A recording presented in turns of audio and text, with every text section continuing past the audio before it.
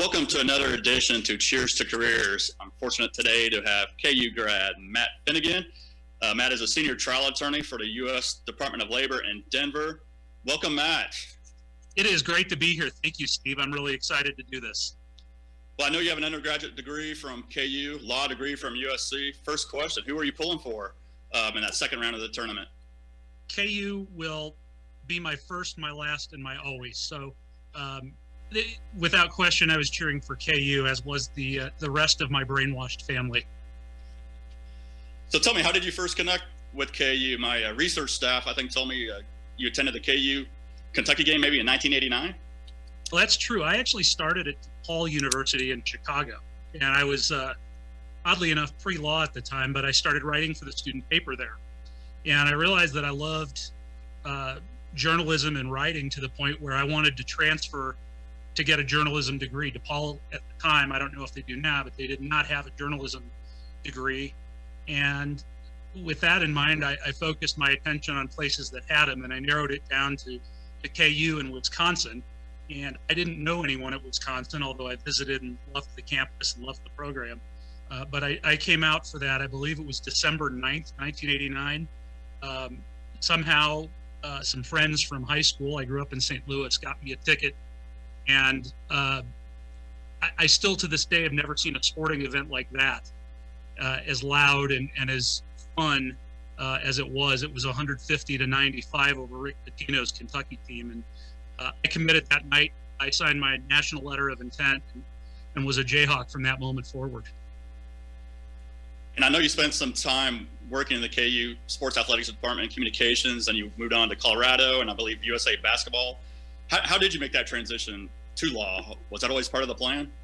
It was never part of the plan, actually. I guess in the back remnants of my mind, it has been there the whole time. I really have always enjoyed really the civics aspects of high school and of college, the political science and history type things.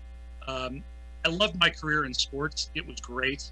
I used connections that I made as an undergrad at KU and the skills that I developed at KU to really kind of fuel my way into a career of sports, which I loved. But my wife didn't love it quite so much. With USA Basketball, I'd be gone for months at a time during the summer, traveling with the teams that USA Basketball put together to places like Spain and Italy and Australia.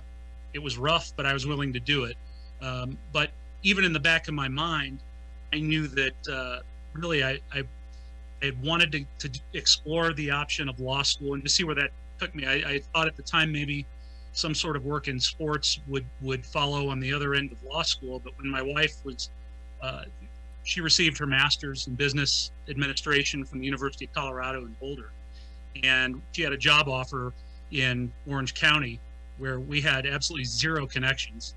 But she really wanted to do it, and I really wanted her to do it. And I said, law school's always been a possibility. So let's see where that takes us. And so she accepted the position in Orange County. I began law school out there, and our intent was to move back to Colorado afterwards. But I had fortunate enough to have a job offer from a firm in Los Angeles, a small firm, and I went to work for them right after law school. Can you expand a little bit? I know I teach a class in professional development. It seems like every semester there's that one or two students that they do plan to go to law school. Can you expand a little bit on some of those transferable skills from, say, the journalism school to a law career? Yeah, Steve, there's a ton. And it's not apparently obvious, at least it wasn't to me, but really the most important thing in terms of transferable skills is your ability to tell a story and be persuasive. So what that meant was my reporting background and my ability to write very pithy sentences and express thoughts using words that mattered really was the most important thing. The other transferable skills, really, I mean, the writing is an obvious one, but when we talk about trying to persuade or present a story and tell a story to, in my case, I'm a litigator. I'm trying to persuade a judge or a jury what to do. There are other ways to do that other than just writing. And by that, I mean design, typeface, visual perception. Those are things that can be used to tell the story that you want the trier of fact, the decider, to hear. And so I know a couple people who have photography backgrounds and who practice law, and they wouldn't be an immediately transferable skill, but even in something like photography, you want to be able to communicate what you're seeing, what you're experiencing photographically, just as we're trying to do in the court, which is make our story obvious and sympathetic to whoever's going to make the ultimate decision on it. And what has this past year been like for you in the pandemic? Have you been working virtually? It looks like you've had a haircut since the last time I saw you. I've had one haircut. Maybe two. There haven't been many, that's for sure. It's been bizarre. So by way of background, I litigate cases, and what the job I have does is we do a lot of worker safety and health cases. We do a lot of whistleblower cases, cases seeking back pay for employees. And it's been weird because we really haven't been doing a lot of the things we do in person. So depositions, settlement conferences. I had a 3-day settlement conference last fall that was all done virtually using Microsoft Teams, and it worked. I think it would have been a quicker settle had we all been in the same room together. There's just something about the dynamic when everyone is together. But really, I mean, a lot of the places where we try cases have resorted to virtual legal work, and that's required different ways of communicating. We've had to put together teams of people to present PowerPoints or electronic presentations, both internally within the Department of Labor, just on things that affect our business, but also to the court and to the settlement judge or to the other side even. So it seems like right now we're spending 5 to 7 to 8 hours using Microsoft Teams every day, and that's been a bit of an adjustment because candidly, the federal government, whom I love my paycheck and I love my job, but to say that they were flat-footed when the pandemic hit with respect to technology would probably be a pretty good understatement. And I believe I saw where you have some experience with like intellectual property, and I know we have a lot of creative types here at the J School and alums working. What advice do you have for them, when they do create that work, and how can they better protect themselves from like copyright infringement?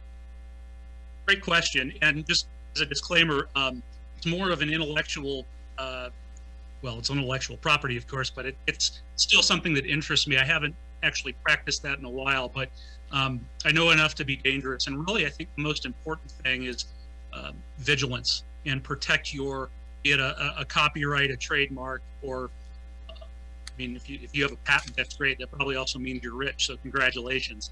But really being vigilant about protecting it. Don't give it away. Don't loan it.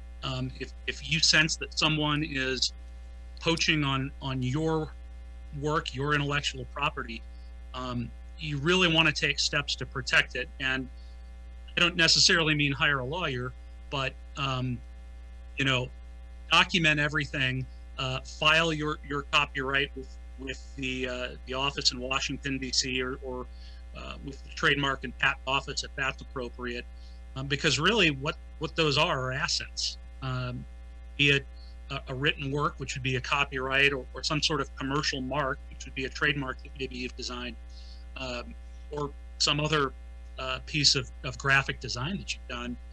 You really want to make sure that you treat that like it's something that's very important to you, because one of the things the courts are going to look at is how vigilant was the copyright holder or the trademark holder in protecting that. So if you let that go and it slides, you're going to have a hard time being able to use it the way you want, being able to monetize it, and really having it be your own. So I mean, the number one thing, and above all else, is be vigilant. Yeah, The second thing advice is be original. And on the documentation for sure. I mean, that's something we try to preach to our students here.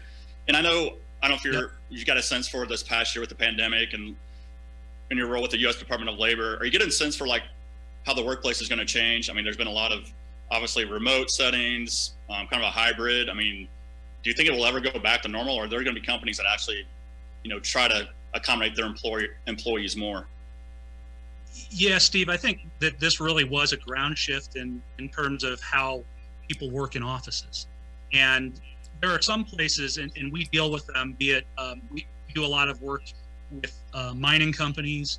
We also do a lot of work with meatpacking plants. And those are places where you can't have automation. But for office work, I think we're going to see a lot of hybrid. I know it's something that the Department of Labor itself, where I work, is exploring right now. I mean, how can we reduce our physical footprint, be it with office sharing, be it with computers, working from home virtually.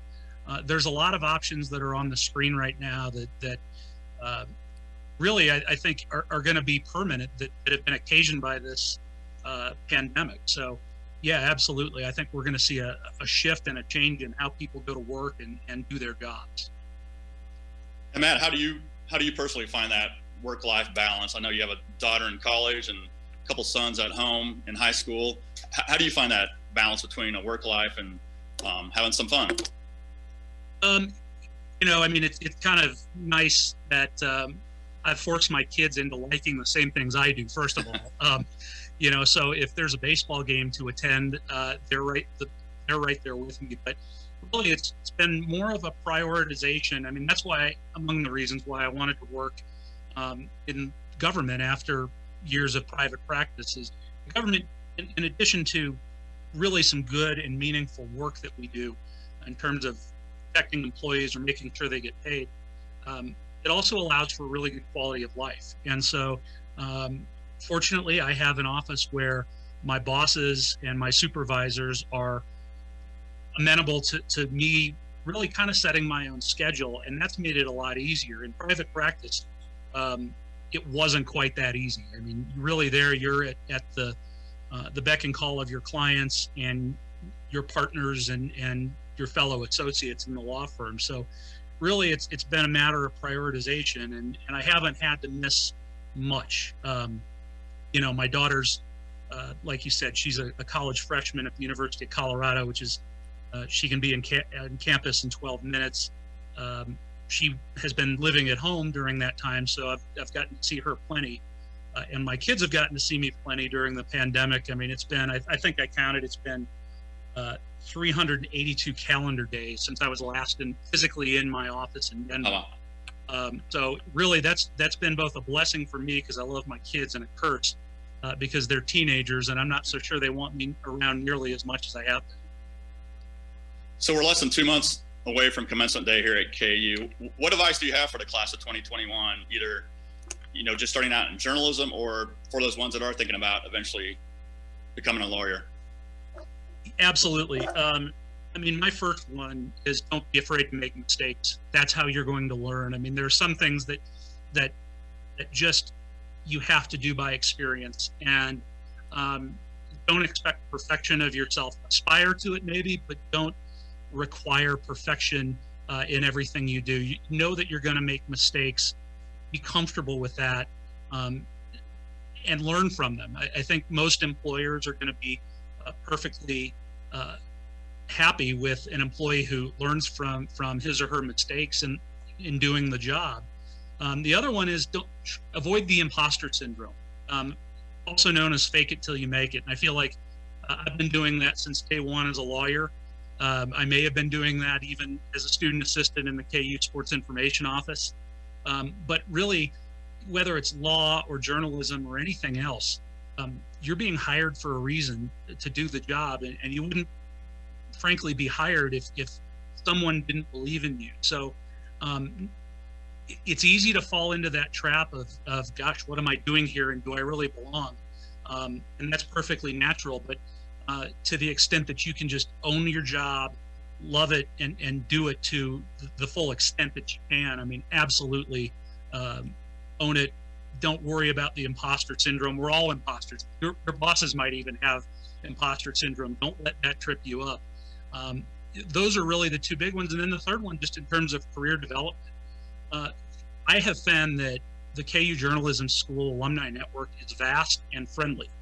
And don't be afraid to reach out to someone, whether it's because you think their job is interesting and you might want to go in that direction, you need some help in finding a job, or what have you. I mean, it is a vast network, and it is always a nice thing for me. I love to hear from KU students. If somebody sent me an email out of the blue, which has happened, I don't treat it as anything other than, wow, this is really cool that somebody's reaching out to me. And that, anybody who's hearing or seeing this and feels that I can help them. I mean, I encourage them to reach out to me or anybody else in the KU journalism alumni family.